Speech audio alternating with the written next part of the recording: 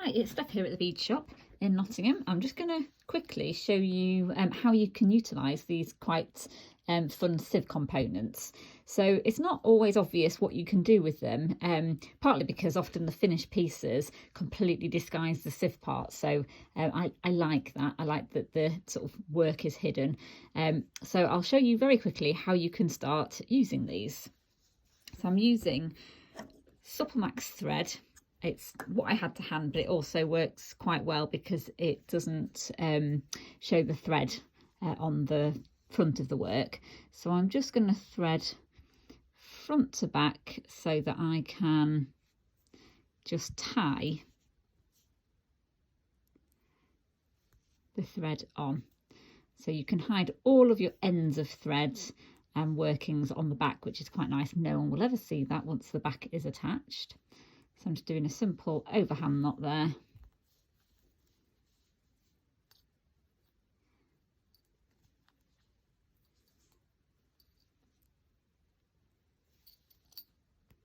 There we go. And then I'm just going to thread the working end through to the front.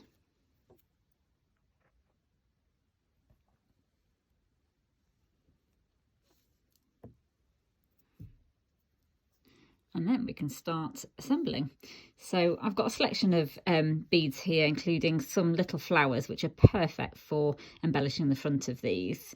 I've also got my little jar of bead soup. So every time I work on a project, I've got a few beads left over or sort of escaped being put back, lob them in this little jar. And then they work brilliantly for just filling in gaps and working on little projects like this. It just eliminates having to decide what colours to use. So it's a perfect way to use them up as well. So I'm just going to thread through the back of my little flower here, let that slide down, and then add what will be the central bead. So there's a lovely little yellow bead, seed bead here, so thread that on and then go back through the flower and then through the sieve too towards the back. Now I just go through an adjacent hole in the sieve there, and that way it just helps hold the flower in place. Oops.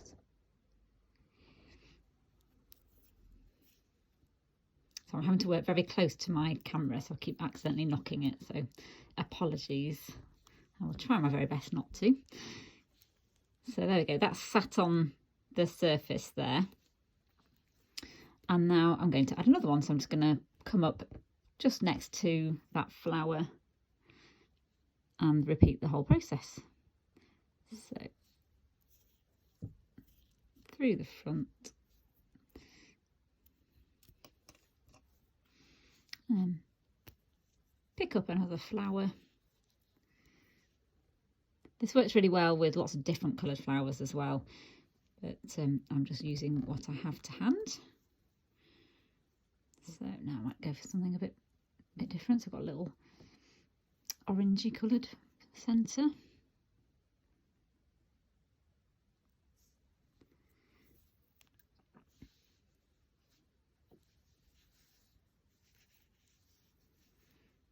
And then again, you go through the bead and then back through the sieve.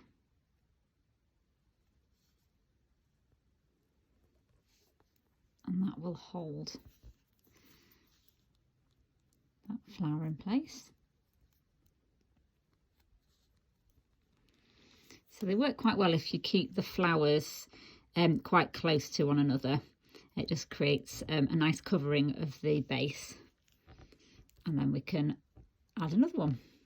So I'm just kind of adding these sort of in the centre, so then I can work outwards and fill in the gaps.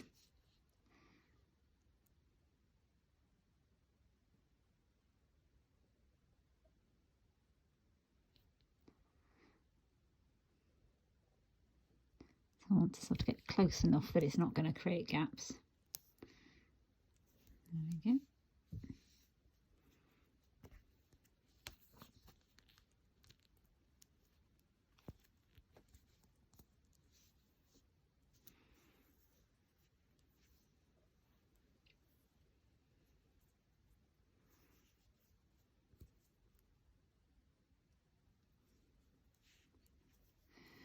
go for a pearly centre this time.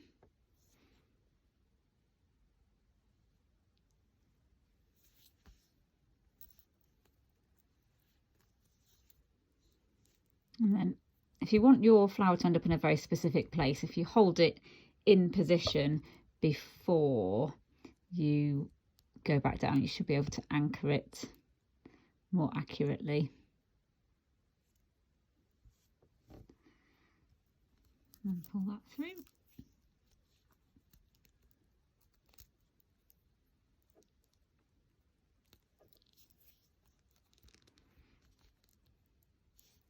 There we go. So I've got a little cluster of flowers starting to build up. And then what's most effective with these is the fuller they are, the better the end result. So you can go for more flowers if you like. I'm going to go for a little cluster, so I'm going to add another over this side and this side. And then I tend to do this a lot by eye, so you can kind of see if there's gaps or if part of the design looks a little bit imbalanced. You can just fill in all of those areas and just keep going, and then before you know it, you've got a very full design.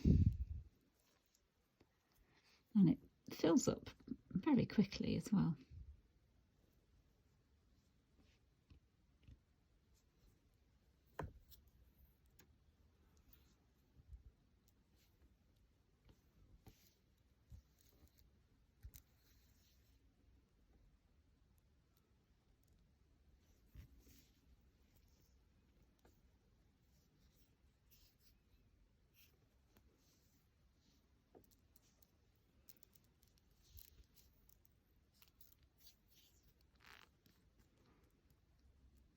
Okay.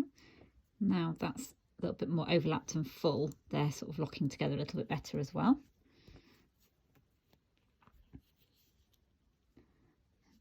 Come up over this way.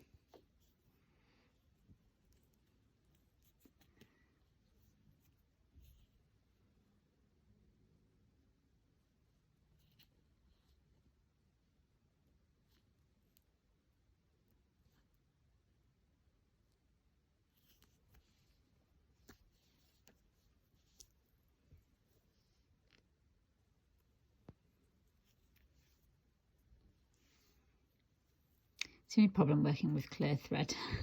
Sometimes you just can't see it. Right.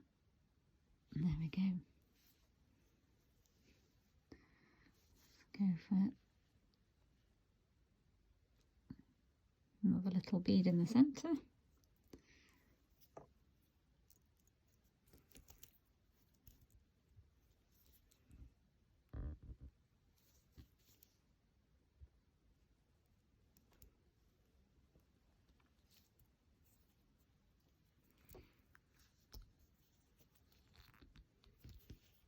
And here we go, it's starting to fill up nicely there. Now you can just fill with beads all over the place, just beads. But I'm going to show you a couple of little things to do that will help fill and create some nice interest as well. So I'm going to come up next to the flowers here. And then I like creating stacks. So this is where you thread on several little beads. So actually going down in size here, this will be quite effective. So I've just threaded on 3 small beads, then 1 tiny little bead at the end. Let those slide down towards your sieve. And then avoiding that first little bead on top, go back down the remaining beads and then back through the sieve at least 1 hole over. Pull that up, and then what you've created is a little stack of beads that will create some nice interest and texture. So you can carry on sort of doing that. Obviously, depending on how you do these and what you add will create lots of different effects. I have seen some absolutely amazing effective ones with just loads of stacks So starting in the middle with bigger stacks, then working out towards the edge with smaller ones, and they just look brilliant. So I'm just going to show you how to, you can also shape them. So if you come up, and what I mean by shape is sort of angle them. So depending on how far over you leave the gaps in the holes when you come back through the sieve, will depend on how sort of far over they lean and things like that. That can be really effective sort of at the edges if you want them to overlap and overhang. Looks quite cool. So little stack of beads again there. And this time I'm going to go miss the end one, go back through, but leave a big gap between where I've come out and going back through. So there's like 3 holes, oops, between those.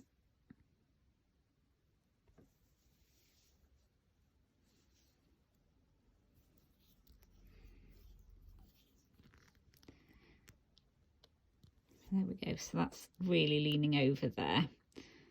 So it's just a case of getting the tension right on these things, and then filling in your gaps. So you can, as well as create tall stacks and add flowers, you can simply fill by adding individual beads as well. And remember, you can come up and out wherever you like. You don't have to keep working in the same area. So if you wanted to add beads on next to your flower, you can do individual ones, or even loops, because then that creates really effective sort of leaf shapes as well. Yeah. So just straight up there, and then a single bead. And for anchoring beads, I would just go 1 hole or 2 holes over, depending on the size of the bead, just to keep them anchored in position. There we go. And I quite like creating sort of loops because they will mimic leaves, which is quite effective. So let's see what we've got. I've got a little green one here.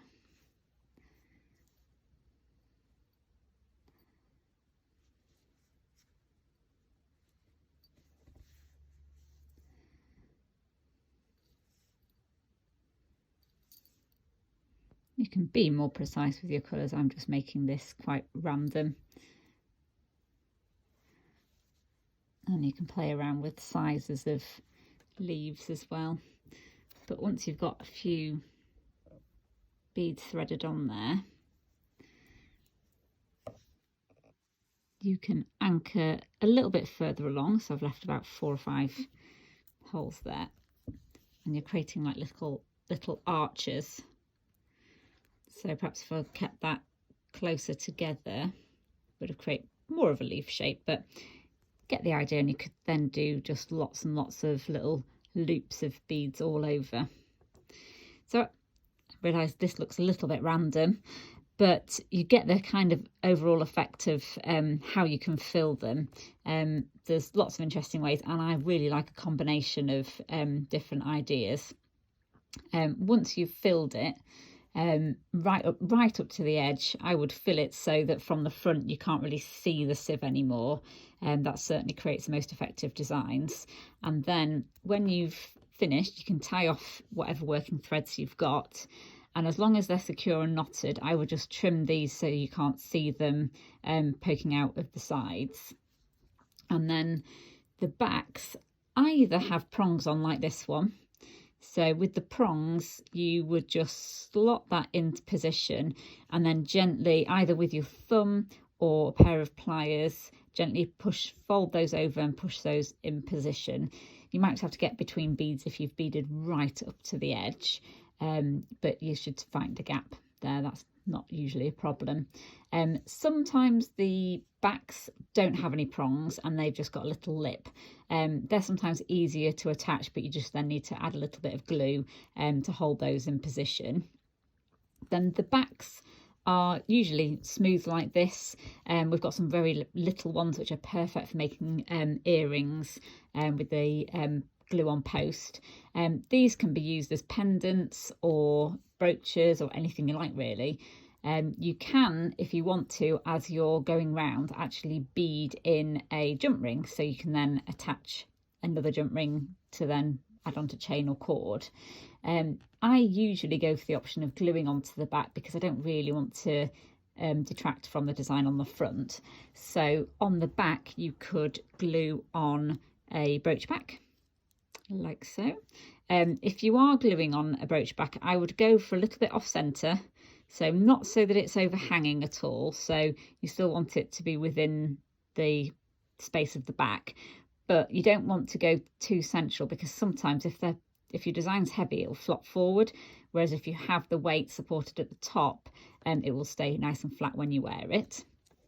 You can also use glow-on bails as well, so these usually have like a flat section and a hooped over top, and then they would just, same principle, glue on there, and then you just see the little hook visible from the top, and you can put your cord or chain or thread through there to actually wear it. But I hope that's helped, and I hope that's provided a little bit of inspiration. And if you just get creative, I think that's the best thing to do.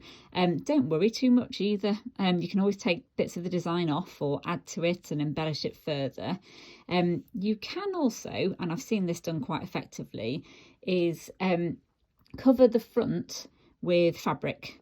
So if you've ever used a self-covering button, you cut a little circle of fabric a little bit bigger than the sieve, cover it from the front, do a running stitch around the outside edge so you can pull it up and hide the back on here.